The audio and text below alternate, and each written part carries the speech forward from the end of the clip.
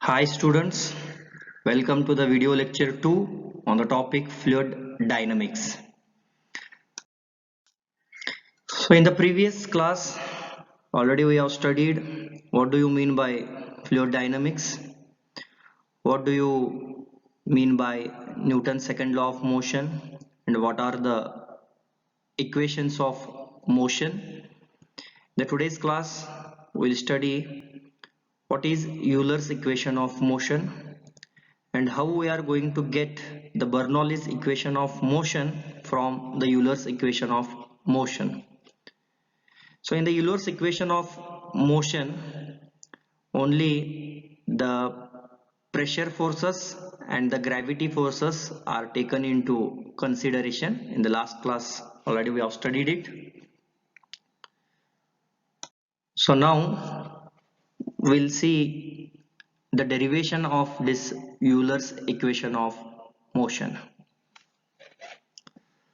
So consider a streamline in which a flow is taking place in the S direction. We can see here. So this is a streamline in which flow is taking place in the S direction. So this is my S direction, any direction it is. How we are considering X direction, Y direction, Z direction. In the similar way, I will consider a streamline in which flow is taking place in this S direction. Streamline. So this is an imaginary curve within the flow. So now consider a cylindrical fluid element of cross-sectional area dA and length ds. See here. So this is my cylindrical fluid element. This is the cross-sectional area dA. Consider a cylindrical fluid element of cross-sectional area dA and length ds.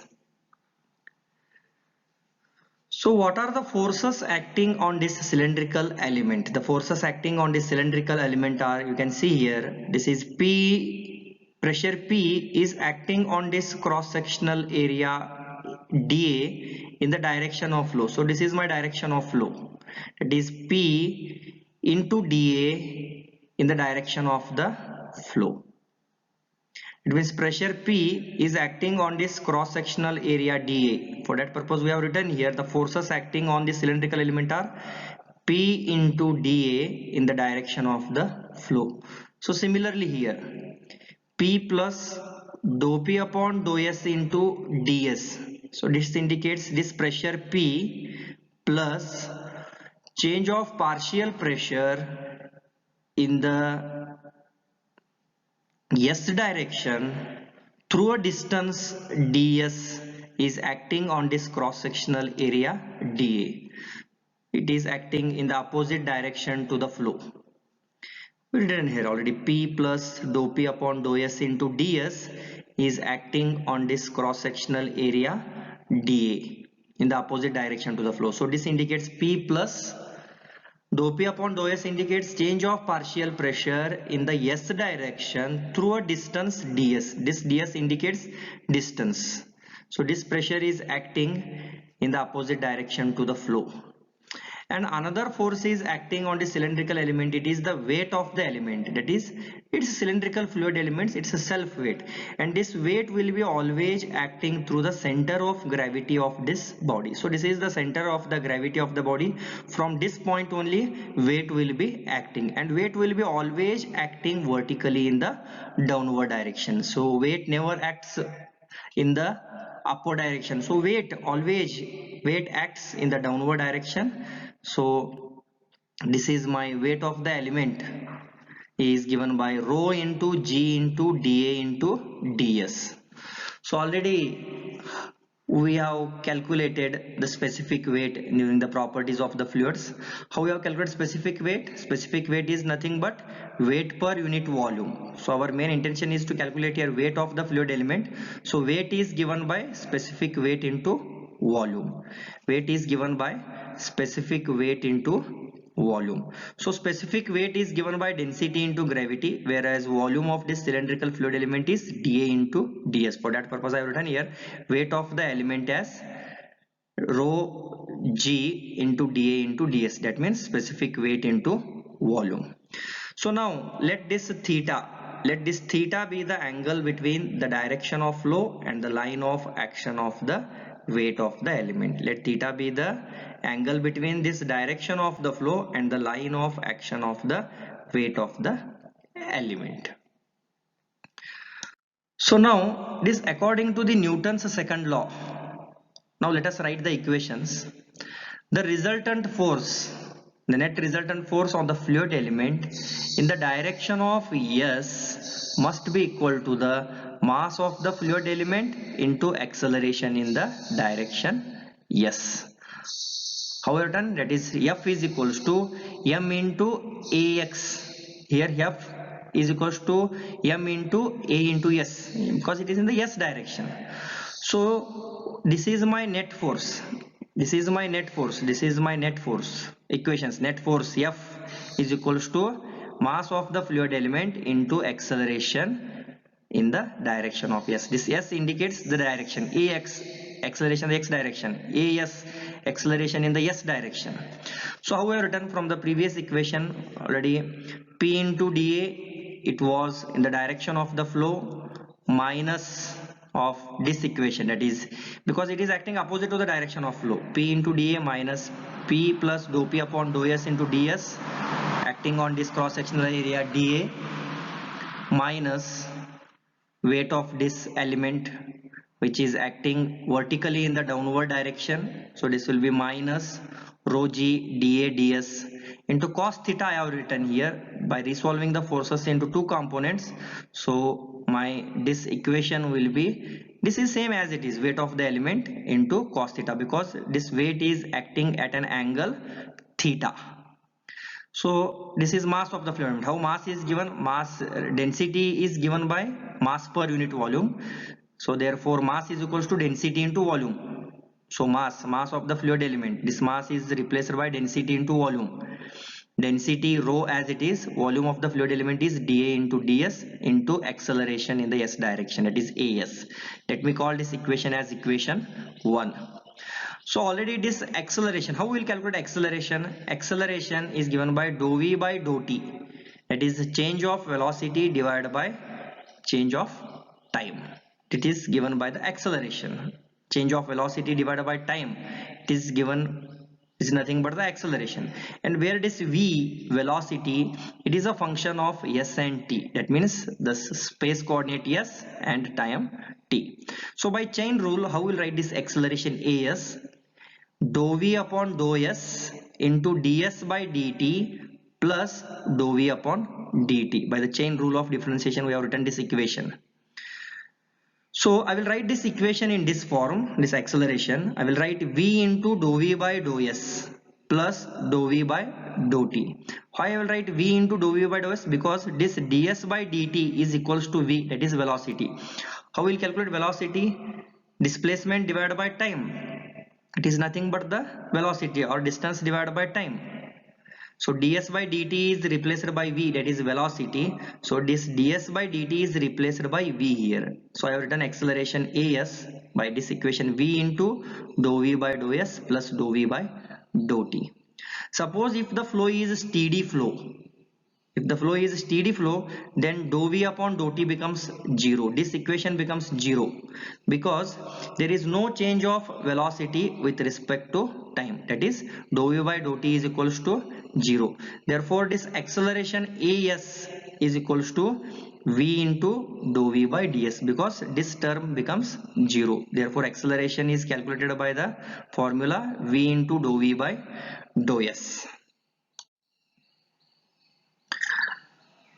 So now we will simplify the equation. We have elaborated that equation P into dA minus of P into dA minus dou P upon dou S into ds dA minus rho g dA ds cos theta equals to rho into dA into ds into V into dou V by dou S. So P plus dA plus P into dA minus P into dA gets cancels. So my equation remains in this form. My equation remains in this form, that is minus dou p by dou s into ds dA minus rho into g dA ds cos theta equal to rho into dA ds into v into dou v by dou s. Let me call this equation as equation 2. Now we will divide the whole equation 2 by rho into dA ds, rho into dA ds. So if I will divide, here also dA ds is there, here also dA ds is there, here also dA ds is there. So if I will divide the whole equation 2 by rho into dA ds, so my equation will be minus 1 upon rho dou p upon dou s. This dA into ds gets cancels, so 1 upon rho remains, minus 1 upon rho dou p upon dou s minus g into cos theta, this term gets cancels, equals to this term gets cancels, equals to v into dou v by dou s. It remains as it is. So if I will consider this as the triangles, already we have drawn here, see here. So cos theta is given by the formula base upon hypotenuse. That is cos theta is replaced by dz divided by ds. So this is base and this is hypotenuse. How will calculate cos theta? Base upon hypotenuse. So cos theta is replaced by dz by ds. But from the figure we have written here cos theta equal to dz by ds. So I will substitute the value of cos theta in this equation. 1 upon rho dou p upon dou s plus g into cos theta is replaced by dz by ds plus v into dou v by dou s equals to 0. So this equation I have written here. So if I will divide this entire equation by ds or dou s term, then my final expression will be dou p upon rho plus g into dz plus v into dou v equals to 0. So this all term gets cancelled. So this dou s I can write in this form also, ds also. So all these terms gets cancelled. So my final expression will be dou p upon rho plus g into dz plus v into dou v equal to 0. So this is my final expression for the Euler's equation of motion. So this is very important derivation from the external point of view. This Euler's equation of motion, very important.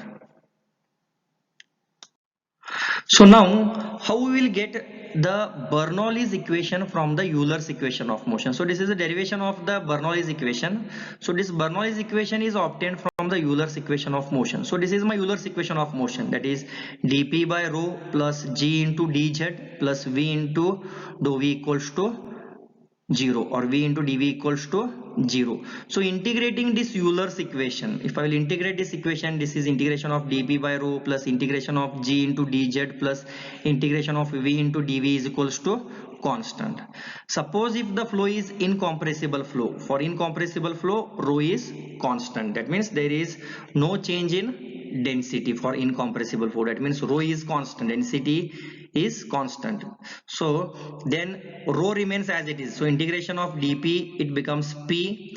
So g gravitational constant, it is g is constant, integration of dz is z plus integration of v into dv is given by v square divided by 2 equals to constant.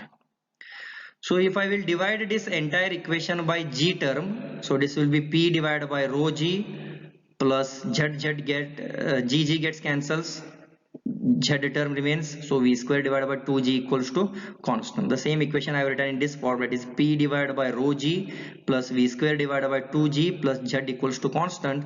So this is the final expression form of the Bernoulli's equation. So now what this indicates in the Bernoulli's equation, p divided by rho g, it indicates pressure head or pressure energy per unit weight of the fluid. P divided by rho g, it indicates pressure head or pressure energy per unit weight of the fluid, where v square divided by 2g, it is nothing but kinetic head or velocity head, or it is also written as kinetic energy per unit weight of the fluid, where z is equals to potential head or potential energy per unit weight of the fluid. So if we want to write for section 1 and section 2 for any pipe, if we are considered two sections, then the same this Bernoulli's equation can be written in this format. It is P1 divided by rho g plus V1 square divided by 2g plus Z1 equals to P2 divided by rho g plus V2 square divided by 2g plus Z2. So this is the final expression form of the Bernoulli's equation if we want to write the Bernoulli's equation for section 1 and section 2.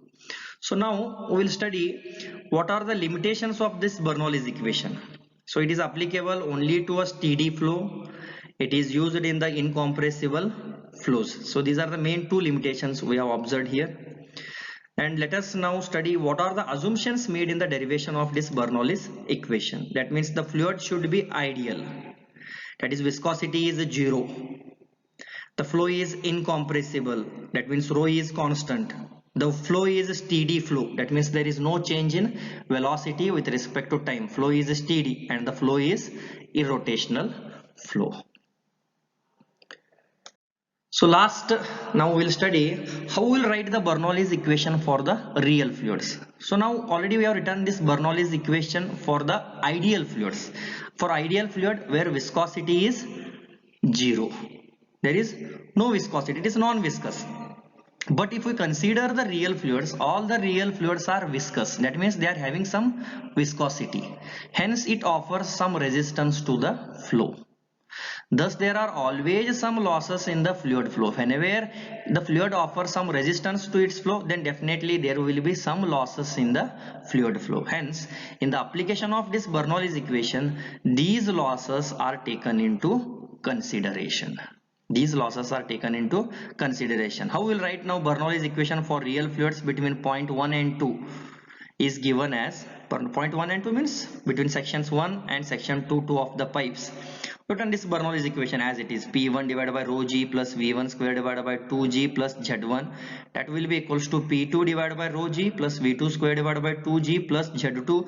This much equation is for ideal fluids. So if you want to write the equations for real fluids plus HL, because we are considering the losses which occurs in the fluid flow, where HL is the loss of energy between the points 1 and 2. So this is in the problem he will be mentioning where loss of energy is there, then we have to consider this HL, where HL is the loss of energy between points 1 and